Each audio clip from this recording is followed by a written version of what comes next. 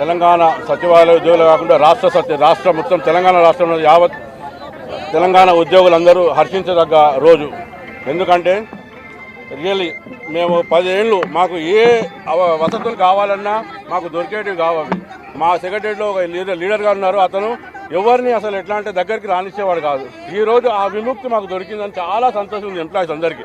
Really we are very happy. మా ముఖ్యమంత్రి గారు రేవంత్ రెడ్డి గారు రాగానే మా ఎవరైతే ఎంప్లాయీస్ ప్రాబ్లమ్స్ ఉన్నాయో ఆ ప్రాబ్లమ్స్ అన్నీ మేము త్వరలో అవన్నీ సీఎం గారికి అప్పచెప్పవన్నీ తీసుకుంటామని కూడా కోరుకుంటున్నాం.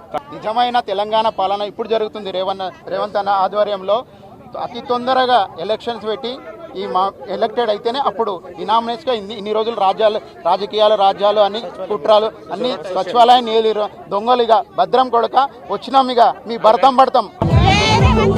తర్వాత ఈ సెక్రటరీని అక్కడ బీఆర్కే భవన్కి ఎవరు తీసుకుపోమన్నారు? మా ఎంప్లాయీస్ని ఎవరిని అడగలేదు.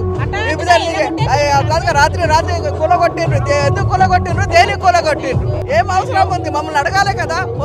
సొంత మిల్లు వదిలేసి కిరాయి ఇట్లా పోయినట్టు ఎట్లా అనిపిస్తుంది? ఎంత బాధ అనిపిస్తుంది చెప్పండి. చాలా ఉన్నాయి పక్కలు.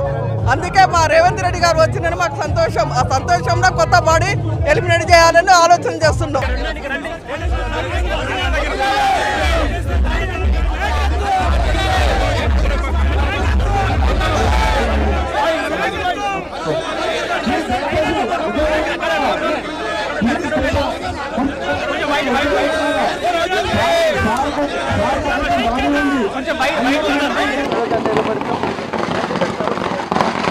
సమస్యలను ప్రభుత్వం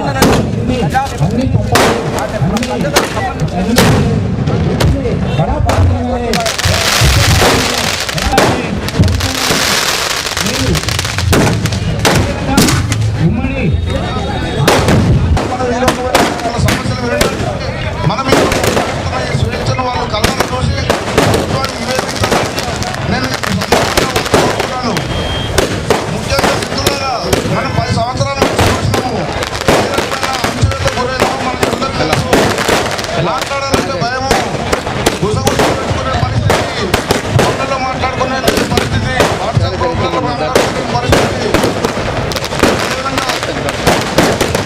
అదేవిధంగా ఎలాంటి ఎన్నికలు లేకుండా సంఘాలు నడిచినాయి.